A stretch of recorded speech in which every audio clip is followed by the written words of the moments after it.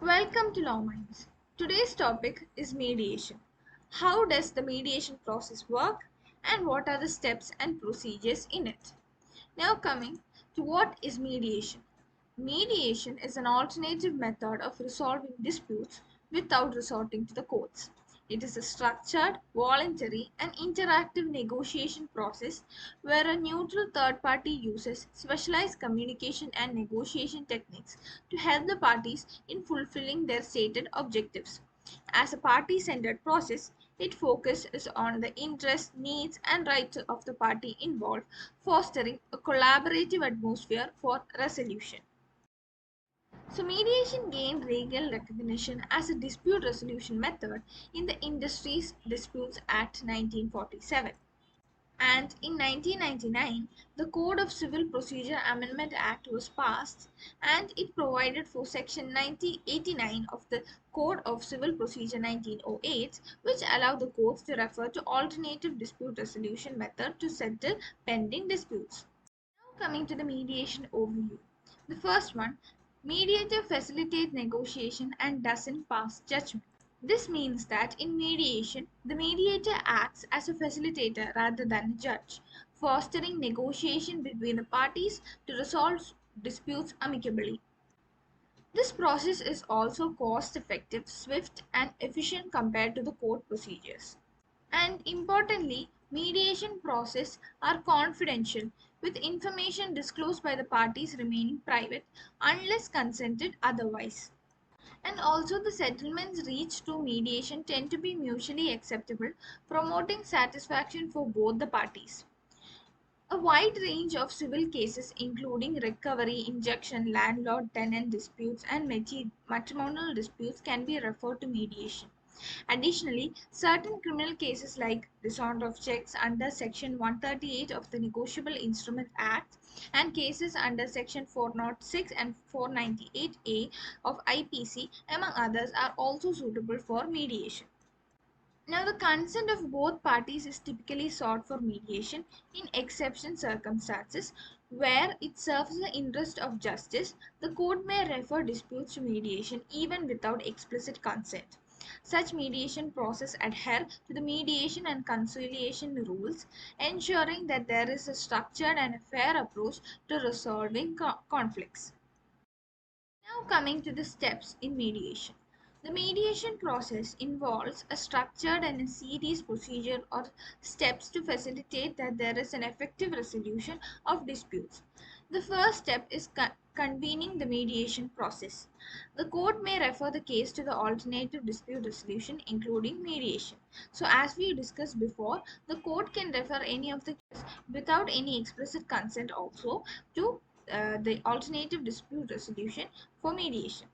So the court is required to direct the parties to opt for any five modes of alternative dispute resolution and to refer the case for arbitration, conciliation, judicial settlement, block adalat or mediation under section 89 and order 10 rule 1A of the Code of Civil Procedure Code 1908. The court must consider the option exercised by the parties and the suitability of the particular case for the option chosen.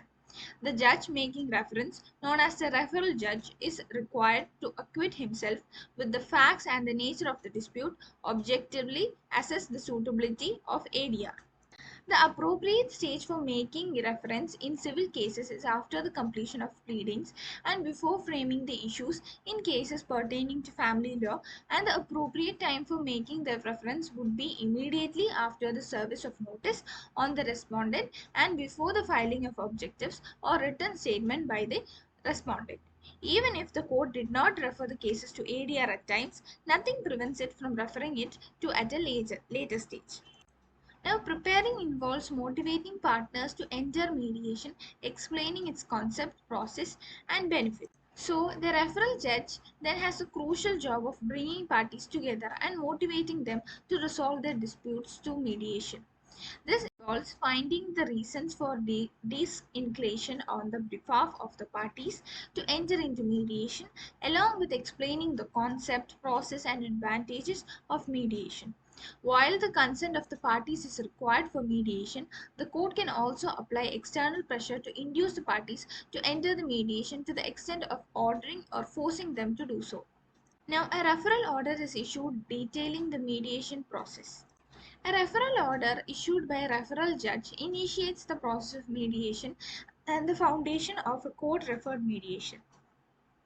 An ideal referral order contains details like name of the referral judge, case number, name of the parties, date and year of institution of the case, stage of trial, nature of disputes, the statutory provision under which reference is made, the next date of the hearing before the referral court, whether the parties have consented for mediation, the name of the institution or mediator to whom the case is referred for mediation, the date and time for the parties to report before the institution or the mediator, the time limit for completing mediation, the quantum of fee or remuneration if payable, and the contact address and telephone numbers of the parties and their advocates. Now coming to the second step, that is the initiation of mediation process. The mediator ensures the presence of the parties and their counsels. So the mediator gives an introduction to his with his qualification, establishes his neutrality, reposes faith in the mediation process. The mediator requests the parties to introduce themselves, attempt to develop a rapport between them, and gain their confidence and trust.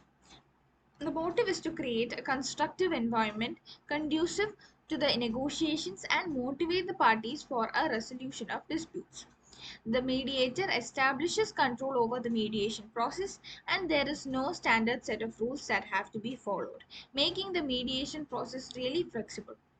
So this summarizes the point that the introduction and opening statements establishes the mediator's neutrality, outline the mediation process, and allow the parties to articulate their positions. Now coming to the third step, that is setting the agenda. The mediator clarifies that the negotiation order and issues to be discussed, providing a framework for the position. Now, what does setting the agenda means? Setting the agenda is an important duty imparted on the mediator in order to shed clarity on the mediation process and remove any vagueness. It involves setting down the order in which the negotiation is to proceed and give the parties a standard using which they can individually evaluate the process of negotiations. The mediator may mention the time and the venues for the negotiation sessions along with the issues before the parties to be discussed. Now coming to the fourth step, that is facilitation of negotiation and the generation of options. The first one is joint sessions gather information and allow parties to express their perspectives. The mediator provides an opportunity for the parties to hear and understand each other's perspective, relationship, and feelings. The petitioner is allowed to explain their case in their own words, followed by the presentation of the case by their counsel and the statement of legal issues. Similarly, the defendant is also allowed to explain their case, followed by the presentation of the case and the statement of legal issues involved by the defendant's counsel. The mediator attempts to understand the facts, issues, obstacles, possibilities, and ensures that each participant feels heard. Now, there are separate sessions delve deeper into each dispute, fostering communication and exploring potential solutions. So, the separate sessions are meant for the mediator to understand the dispute at a deeper level.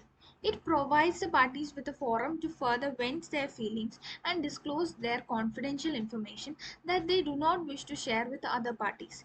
It helps the mediator to understand the interest of the parties and also the positions taken by them and the reasons for their positions. And this helps to identify the areas of disputes, differential priorities, and common interests, and to shift the parties to a mood of finding mutually acceptable solutions. The mediator is supposed to reaffirm confidentiality, gather further information, and challenge the test, the perceptions, and conclusions of the parties in order to open their mind to a different possibility.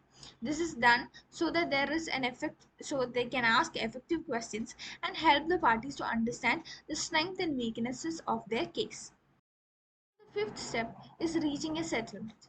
The mediator helps the parties understand their interests and general creative settlement options.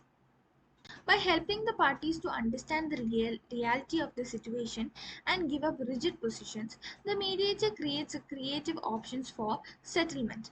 The mediator can conduct as many separate sessions as necessary and may even conduct sessions with groups on the same side with diverging interests. The parties negotiate through the mediator until a solution mutually acceptable to the parties involved. The mediator directs the parties to a solution which he believes will satisfy the interest of the parties. In case if the negotiations fails, this case is sent back to the referral court. Now the next step is step 6, closing. So once the settlement is agreed upon, terms are confirmed orally and documented. So as I said earlier, there is no fixed procedure that must be followed. Once the terms of settlement have been agreed to, the parties are reassembled. The mediator orally confirms the terms of the settlement as a procedural requirement. The parties, with the mediator's aid, write down the terms of a settlement and sign the agreement. The settlement has a binding nature of contract and it is enforceable in the court of law. In his closing comment, the mediator thanks the parties for their help and participation in the mediation process. In case no settlement is reached between the parties, the case is referred back to the referral court and stating the failure to settle, and the procedure of the mediation are kept confidential and cannot be revealed even to the court. For conclusion, in mediation, the mediator acts as a facilitator rather than a judge, and there is negotiation between the parties so that they can resolve their disputes. Now, this process of mediation is cost effective, swift, and efficient compared to the court proceedings.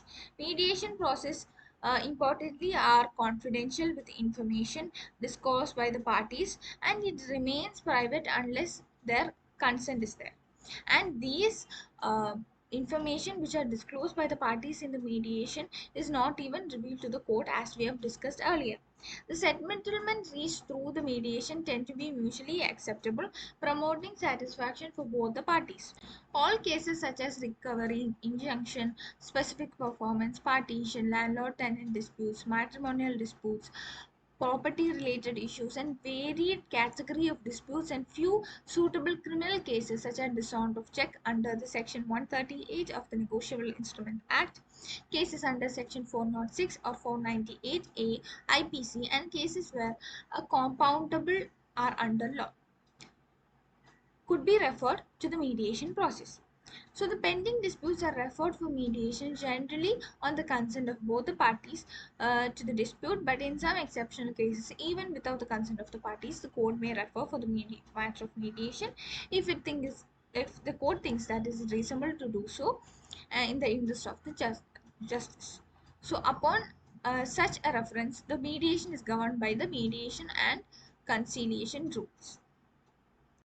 Thus, we have come to the end of the presentation. Thank you for watching.